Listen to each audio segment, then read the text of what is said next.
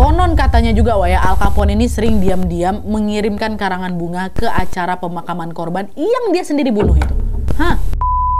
Hai, wassalamualaikum warahmatullahi wabarakatuh. Terima kasih sudah klik video ini. Gimana kabar kalian wae? Semoga selalu sehat dan bahagia dimanapun kalian berada ya. Nah, di malam ini aku akan menceritakan satu kisah yang cukup menarik tentang perjalanan seorang gangster asal Amerika bernama Al Capone.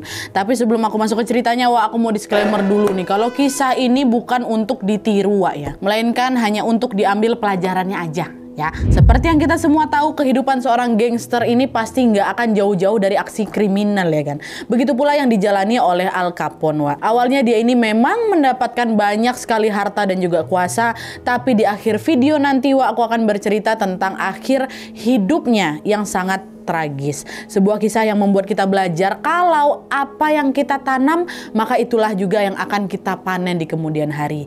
Nah, penasaran dengan kisah selengkapnya? Jadi tanpa berlama-lama kita langsung masuk aja ke ceritanya ya. Check it out.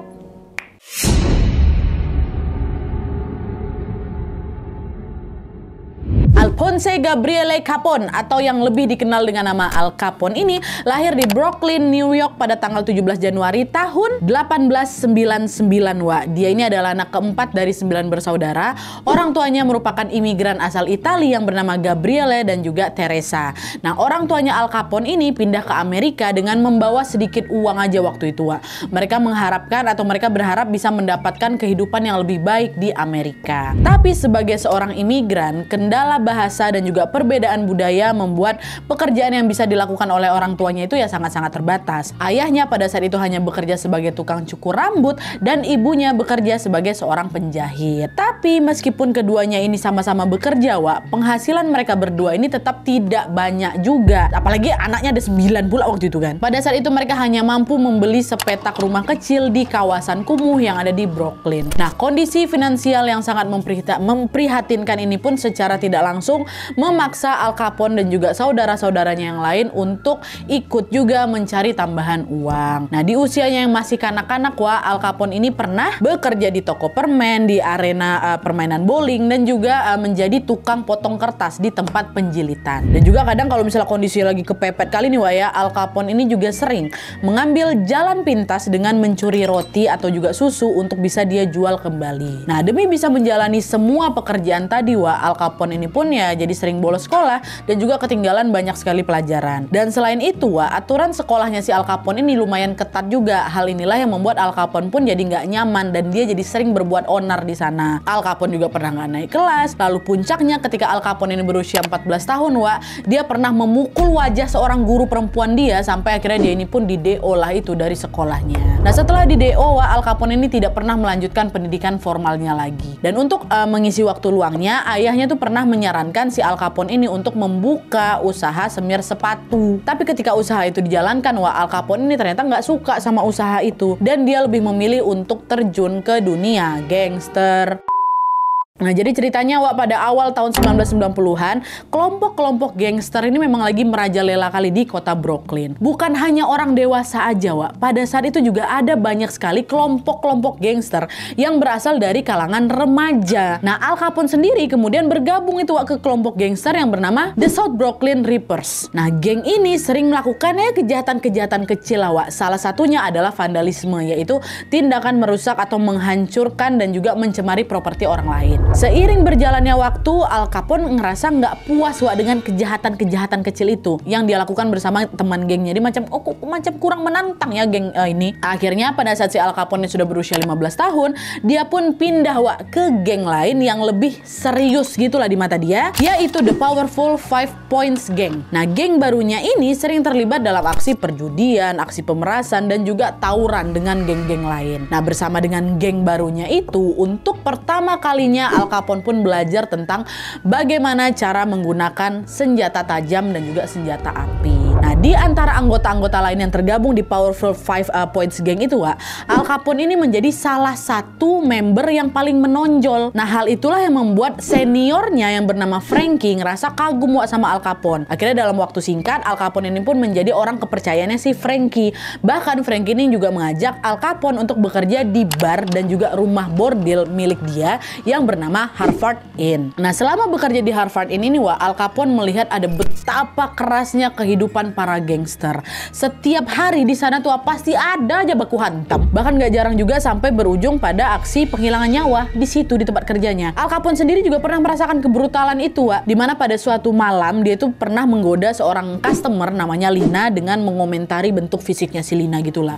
Nah, perbuatan Al Capone ini termasuk pelecehan tentunya. Terus saudara laki-lakinya si Lina yang namanya Frankie Galuccio juga, Wak, namanya Frankie juga nih sama kayak seniornya tadi, marah lah sama si Al Capone. Akhirnya si Frankie ini pun menyerang Al Capone dengan menggoreskan 3 sayatan pisau di pipi kirinya. Nah, luka bekas sayatan itu, Wak, cukup dalam dan gak pernah hilang gitu loh. Lalu luka ini juga lah yang kemudian membuat Al Capone ini dapat julukan baru sebagai Scarface, atau laki-laki yang punya bekas luka dekat wajahnya kayak gitu. Dapat julukan baru gara-gara itu. Kejadian penyerangan yang dilakukan sama si Frankie ini atau abangnya Lina ini, Wak, bikin si Al Capone ini jadi dendam lah sama si Frankie. Tapi sebelum dia sempat membalas dendamnya, Wak, seorang seniornya Al Capone sudah terlebih dahulu menasihati Al Capone. Dia bilang kayak gini, apa yang udah kau lakukan sama si Lina itu, Al Capone, itu tuh adalah kesalahan yang sangat fatal. Wajar aja si Frankie ini sampai marah, tega juga dia nyayat pipi kau sampai kayak gitu. Kau harus tahu, Capone, bagi seorang gangster sejati, selalu setia pada keluarga adalah janji yang sangat sakral. Seorang gangster akan melakukan apapun demi bisa memastikan keluarganya aman-aman aja. Frankie nyerang kau gara-gara dia memang mau nepatin janjinya itu. Itulah cara si Frankie ini dalam melindungi si Lina dan juga membela keluarganya. Ya wajar dia kayak gitu. Nah, apa yang sudah disampaikan sama senior ini, Wak, ternyata betul-betul ngebekas sekali tuh dalam benaknya si Al Capone.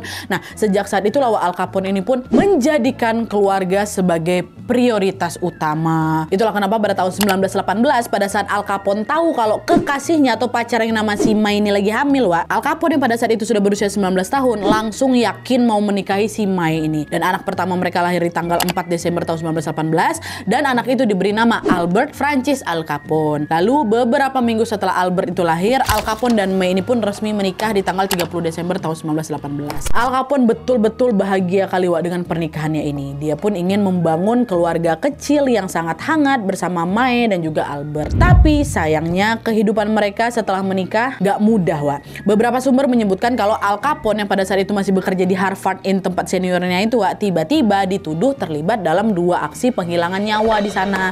Dan tuduhan itulah yang membuat ruang geraknya Al Capone pun jadi terbatas. Gegara apa? Gegara dia harus bersembunyi dari kejaran polisi. Cuman ini nggak tahu betul apa enggaknya, Wak, ya. Cuman gegara itu dia macam diburon gitulah. Nah, di tengah situasi itu, seorang pentolan gangster bernama Johnny Torrio menawari Al Capone ini untuk pindah kota. Si Johnny ini bilang, aku punya bisnis loh di Chicago dan kebetulan aku lagi butuh tambahan asisten. Daripada di sini hidup kok nggak tenang, kok dikejar-kejar polisi terus rasamu kan. Gimana kalau kau ikut pindah ke Chicago aja sama aku, kerja kok sama aku, kata si Johnny. Nah, Al Capone pun menerima tawaran itu dengan senang hati, Wak. Lalu pada tahun 1919, dia pun membawa keluarga kecilnya itu pindahlah ke Chicago. Dan ternyata, Wak, kepindahan inilah yang akan menjadi babak baru bagi kehidupan seorang calon gangster besar, Al Capone. Masuk.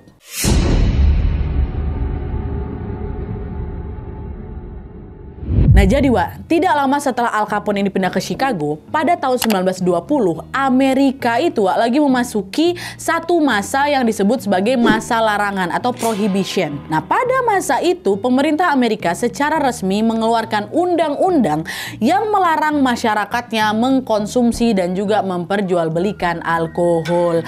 Ada banyak sekali alasan yang melatar belakangi diterbitkannya larangan ini, Wak. Yang pertama, kata mereka, konsumsi alkohol yang tinggi itu bisa membuat orang-orang mengalami sakit parah hingga meninggal dunia. Terus yang kedua, Wak, banyak keluarga yang jatuh miskin gegara kepala keluarganya itu lebih memilih untuk beli alkohol daripada memenuhi kebutuhan mereka sehari-hari. Terus yang ketiga, kecanduan alkohol ini menyebabkan moral anak-anak memburuk. Terus yang keempat, Wak, para pecandu alkohol ini sering tidak berangkat kerja gegara teler dan membuat stabilitas perusahaan-perusahaan di sana jadi terganggu. Terus yang kelima, angka kriminal meningkat pesat. Yang keenam, perekonomian negara turun drastis. Dan dan lain sebagainya. Jadi pokoknya intinya konsumsi alkohol yang sangat tinggi itu membuat kondisi masyarakat yang ada di Amerika pada saat itu tuh jadi berantakan kali. Nah itulah kenapa akhirnya undang-undang itu keluar dan alkohol pun dilarang keras ada di sana. Nah setelah larangan itu diberlakukan, alkohol di Amerika dianggap sebagai barang yang tabu kali. Dan setiap ada yang melanggar larangan ini, pemerintah nggak akan segan-segan untuk nyeret si pelaku ini ke penjara langsung. Alhasil konsumsi alkohol pun langsung menurun drastis lah di sana kan. Dan perlahan-lahan berbagai kekacauan yang aku sebutkan tadi itu juga sudah mulai membaik. Nah tapi meskipun aturan pelarangan ini sudah diberlakukan dengan sangat ketat, nyatanya secara diam-diam ada banyak sekali orang yang tetap pengen minum alkohol gara-gara udah kecanduan. Mereka pun mulailah itu beli alkohol secara ilegal lewat pasar-pasar gelap, Dan disinilah para gangster-gangster yang ada di sana melihat adanya peluang bisnis yang sangat menjanjikan. Nah sekarang kita balik lagi nih ke kisahnya Al Capone sama si Johnny Torrio tadi, kawannya tadi tuh yang ngajak dia pergi ke Chicago. Jadi bisnis yang sedang dijalankan sama Torrio di Chicago ini, tidak lain tidak bukan adalah bisnis penjualan minuman keras. Nah karena bisnis di sana waktu itu termasuk ilegal ya kan, Torrio pun membutuhkan bantuan Al Capone untuk ikut mengoperasikan bisnisnya ini secara sembunyi-sembunyi, Nah pada masa itu Torrio dan juga Al Capone ini menjual alkohol dengan harga yang sangat tinggi, Segelas bir yang awalnya itu cuma seharga 5 sen aja ya, setelah masa pelarangan itu diberlakukan, akhirnya langsung naik 10 kali lipat jadi 50 sen. Dan meskipun harganya jadi mahal kali ini, orang-orang yang memang sudah terlanjur kecanduan sama alkohol tetap dibeli 50 sen itu. Nah, dengan begitu bisnis haram ini pun dapat berjalan sangat lancar hingga membuat Torrio dan Al Capone mendapatkan keuntungan finansial yang fantastis yang berlipat-lipat ganda gitu kan. Akhirnya dalam waktu yang singkat, Al Capone yang awalnya berasal dari kalangan menengah ke bawah ini, tiba-tiba berubah jadi macam sultan dia. Al Capone mampu memberikan kehidupan yang sangat-sangat layak untuk keluarganya, di mana pada tahun 1923 dia ini udah bisa beli rumah mewah, cash pula dia bayar ya kan. Dia bisa beli pakaian mewah yang dipesan secara khusus yang limited edition. Dia bisa makan makanan enak, dia bisa merokok cerutu dan lain-lain sebagainya. Nah, perubahan yang sangat drastis ini sering bikin orang-orang sekitarnya jadi tanya-tanya kan, dari mana Al Capone dapat uang sebanyak ini ya, kok dia bisa tiba-tiba kaya? Nah, menanggapi pertanyaan itu, tentu Al Capone ya nggak mungkin lah dia ngaku aku jual alkohol diam-diam gitu. Nggak mungkin dia bilang kayak gitu. Al Capone cuma bilang, aku ini seorang pengusaha, jadi aku hanya memberikan apa yang diinginkan sama orang-orang, kok itu kok usaha aku gitu katanya. Nah tapi di balik gemerlapnya kehidupan Al Capone di Chicago, statusnya sebagai seorang gangster ini sering bikin dia nggak tenang tentunya ya kan. Di masa itu nih di Chicago tuh ada dua geng besar, dua geng besar yang berkuasa. Yang pertama gengnya Al Capone sama Torrio yang kala itu bernama Southside Outfit. Terus yang kedua geng yang bernama The North Side yang dipimpin oleh seorang gangster juga namanya Dean O'Banion. Nah pada awalnya kedua geng ini sama-sama berusaha menjalin hubungan yang rukun pertama-tama. Tapi pada bulan November tahun 1924, Dean O'Banion atau pimpinan dari The North Gang ini tiba-tiba ditemukan tewas gegara ditembak. Nah kejadian inilah yang membuat ketegangan antara dua geng besar ini jadi memanas lagi, The North Gang ini mencurigai gengnya Al Capone lah sebagai dalang dari tewasnya pimpinan mereka. Akhirnya 2 bulan kemudian, tepatnya pada tanggal 12 Januari 1925, The North Gang pun balas dendam lah itu dengan melakukan upaya penghilangan nyawa terhadap Al Capone dengan menggunakan senjata api juga. Nah dari situ Al Capone ngerasa aduh keamanan aku terganggu nih di sini ya kan. Langsung dia pesan mobil bulletproof, mobil anti peluru. Dan setelah upaya penghilangan nyawa terhadap Al Capone ini gagal dilakukan, The North Gang ini pun langsung beralih ke partnernya Al Capone, siapa? Johnny Torrio. Dan betul beberapa minggu kemudian Torrio ini sempat mengalami rencana penghilangan nyawa dan membuat dia terluka, tapi nggak mati dia ya. Nah setelah insiden itu Torrio pun langsunglah datang ke Al Capone. Dia bilang, selama masih tinggal di sini keselamatan aku terancam, Capone. Kau sendiri juga kemarin hampir mati juga ya kan. Kayak sekarang udah saatnya aku pensiun dari dunia gangster nih. Dah semua bisnis yang kita jalankan bersama selama ini udah aku serahin aja semua sama kau. Kau masih muda Capone, energi kau juga masih banyak. Lanjutkanlah semua bisnis ini dan jadilah gangster yang besar ya, itu kata si Torrio. Nah mendengar ucapan Torrio, di satu sisi Al Capone yang waktu itu masih 26 tahun umurnya merasa sangat sedih karena dia harus merelakan partnernya ini pensiun. Tapi di sisi lain Al Capone juga excited karena apa? Karena sekarang dia menjadi satu-satunya pemimpin tertinggi dalam bisnis yang selama ini dijalankan sama Torrio. Iyalah. Nah tuh akhirnya tidak lama setelah Torrio itu pensiun, Al Capone pun langsung mengembangkan mengembangkan bisnisnya ke berbagai sektor lain, Wak. Jadi bukan hanya jual alkohol aja.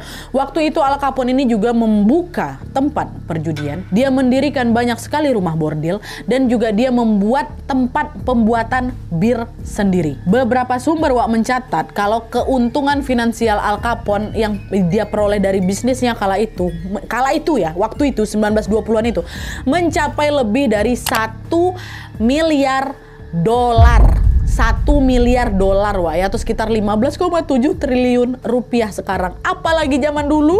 Bayangkan sekaya raya apa dia tuh, ha? Nah, dengan semua kekayaan yang dia punya, kekuasaan seorang Al Capone semakin tidak tertandingi lagi, Wak. Dia menguasai penjualan alkohol di seluruh penjuru Chicago dan juga kota-kota yang ada di sekitarnya. Nah, kalau misalnya nih, Wak, ya, ada perusahaan yang nolak membeli alkohol dari si Al Capone ini, dia pun beraksi ekstrim loh, Wak. Dimana Al Capone tidak segan-segan melakukan kekerasan dengan cara dibomnya perusahaan itu. Dibomnya kalau nggak mau beli punya dia. Berbagai aksi pengeboman yang dilakukan sama Al Capone ini, Wak, dikabarkan sudah menewaskan sedikitnya 100 korban jiwa. Dan konon katanya juga, Wak, ya, Al Capone ini sering diam-diam mengirimkan karangan bunga ke acara pemakaman korban yang dia sendiri bunuh itu. Hah? Nah, serentetan aksi penghilangan nyawa yang dilakukan sama Al Capone ini, Wak, membuat sosoknya ini dianggap sangat menyeramkan di mata orang-orang. Tapi Al Capone sendiri nggak suka sama anggapan itu, Wak. Dia nggak ngerasa jagoan. Aku nggak suka kalau misalnya aku dicap paling menakutkan gitu. Dia nggak suka. Nah, dia pun melakukan banyak lagi cara untuk bisa memperbaiki image-nya. Nah, selama dia berkecimpung di dunia gangster ini, Wak, dari para seniornya dia belajar bahwa untuk melakukan pekerjaan kotor, jagalah agar tanganmu tetap bersih, kata seniornya. Maksudnya kayak gimana nih, Bang? Kata dia mungkin kan. Jadi maksudnya kalau kau mau melakukan kejahatan atau perbuatan kotor lainnya, jangan pakai tangan kau Al Capone, jangan pakai tangan kau sendiri. Tapi suruhlah orang lain untuk melakukan hal itu. Tentu ini bukan pesan yang baik, Wak. Tapi Al Capone menjalankan pesan itu untuk bisa menjaga reputasinya agar tetap baik. Diikutinya pesan buruk dari seniornya itu. Semua aksi kejahatan yang dia dalangi, Wak, selalu betulan dilakukan oleh orang-orang suruhannya. Dengan begitu tidak ada satupun saksi yang secara langsung melihat kalau Al Capone ini terlibat dalam kejahatan itu gitu. Jadi dia pokoknya nyuruh-nyuruh orang aja. Padahal nih, Wak, ya, pada masa itu setiap berapa hari sekali pasti ada aja orang yang tewas terbunuh di Chicago. Dan setiap kali, ini kalian tandai ya, setiap kali kasus-kasus itu diselidiki sama polisi, para saksi yang diinterogasi ini, Wak, selalu memberikan jawaban yang sama. Mereka bilang apa? Kami melihat pelakunya, Pak, tapi kami nggak bisa mengidentifikasi siapa dia sebenarnya. Semua yang selalu ngomong itu. Nah, fenomena banyaknya kasus di mana para saksi ini kompak tutup mulut selama diinterogasi ini, Wak, kemudian dikenal dengan istilah Chicago amnesia. Masa itu ada istilah ini? Nah, di situ polisinya bingung. Padahal kasusnya beda, waktu dan lokasinya juga beda-beda nih. Tapi kenapa ya semua saksi yang kami interogasi ini selalu ngasih jawaban yang sama? Template kali jawaban mereka nih. Masa dari salah satu di antara mereka nggak ada yang bisa mengidentifikasi si pelaku? Kayak mana ciri-cirinya? Nggak ada. Pak, kami nengok pelakunya tapi kami nggak bisa identifikasi. Semua jawabannya sama, Wak. Nah, usut punya usut, Wak, munculnya fenomena Chicago amnesia ini disebabkan karena Al Capone sudah menyuap para saksi untuk tidak berkata yang sebenarnya. Dengan begitu, orang-orang suruhannya Al Capone itulah selalu berhasil lolos dari kejaran polisi. Udahlah dia nyuruh orang yang nampak juga dibayarnya supaya nggak buka mulut gitu loh. Nah, karena memang nggak pernah ada bukti yang langsung bisa menyeret Al Capone ini, Wak, dan juga orang-orang suruhannya, image seorang Al Capone pun dianggap bersih. Dan untuk semakin mengharumkan namanya lagi, Wak, Al Capone ini pun menggunakan sebagian hartanya untuk beramal. Al Capone memang dikenal sebagai orang yang sering memberikan sumbangan besar ke rumah-rumah sakit, ke panti-panti asuhan yang ada di Chicago. Dia juga pernah menyediakan bantuan untuk korban bencana alam dan juga memberikan makanan gratis untuk ribuan orang-orang miskin yang ada di Chicago, Wak. Nah, jadi semua kegiatan amalnya itu memang berhasil membuat citranya Al Capone ini cukup baiklah itu di mata masyarakat. Tapi hal ini juga tidak bertahan lama, Wak. Kenapa? Karena pada tahun 1929 terjadilah sebuah peristiwa besar yang membuat reputasi seorang Al Capone ini pun hancur. Nah, peristiwa apa itu? Masuk.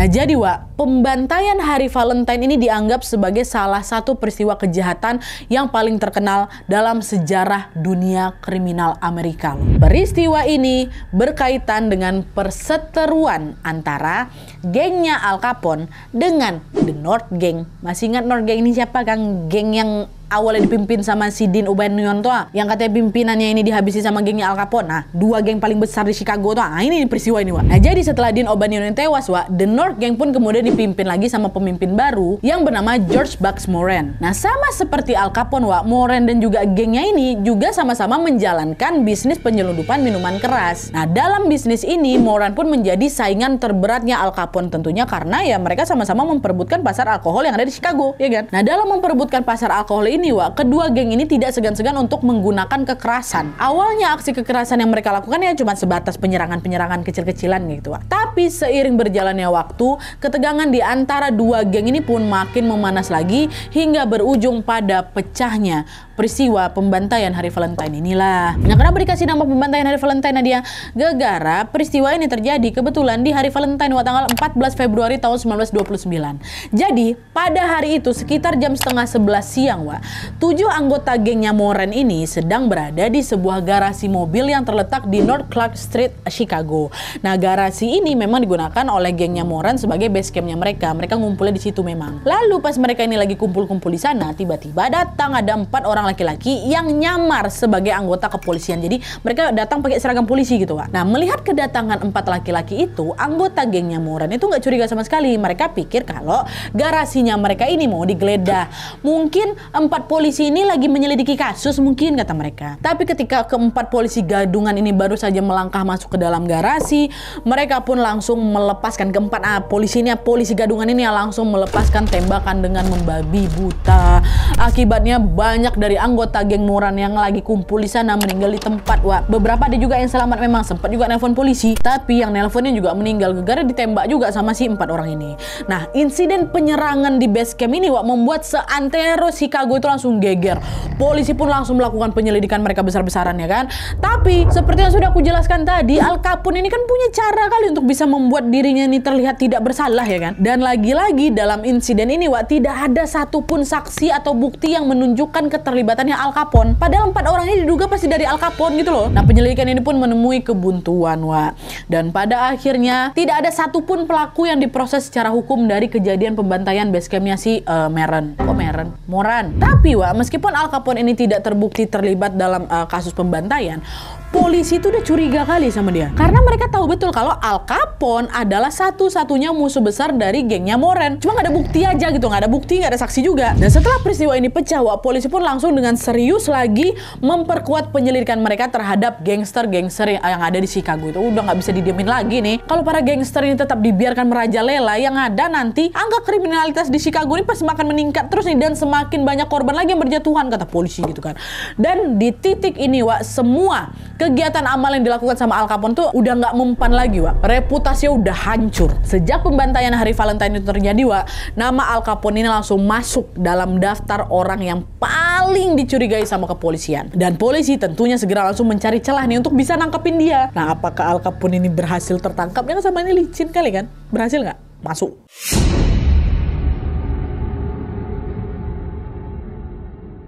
Selama bertahun-tahun Al Capone ini menjadi gangster, Wak, dia ini selalu punya cara untuk bisa menghindar dari jeratan hukum. Dan hal ini juga lah yang membuat aparat kepolisian menjadi geram sendiri. Akhirnya, agen Biro Penyelidikan Federal atau yang sekarang disebut dengan FBI langsung menugaskan salah satu anggota yang bernama Elliot Ness untuk menyelidiki Al Capone. Nah, dalam melakukan penyelidikan itu, Wak, Elliot membentuk satu tim khusus yang disebut The Untouchable. Nah, di awal penyelidikannya, Wak, Elliot dan juga timnya ini berfokus pada bisnis ilegal yang dijalankan sama Al Capone dulu nih. Tapi penyelidikan ini berjalan alot kali, Wak. Karena apa? Karena diam-diam Al Capone juga sudah menyuap banyak saksi dan oknum polisi untuk tidak membongkar bisnis haramnya. Nah, aksi penyuapan yang dilakukan sama Al Capone ini membuat ya Elliot sama timnya gagal lah itu untuk bisa mendapatkan bukti yang mereka butuhkan dari bisnis haram ini, ya kan. Tapi di situ Elliot sama timnya nggak nyerah, Wak. Mereka mencari celah lain lagi, Wak, yang mungkin menjadi titik lemahnya Al Capone, ya kan. Dicari lagi sama mereka.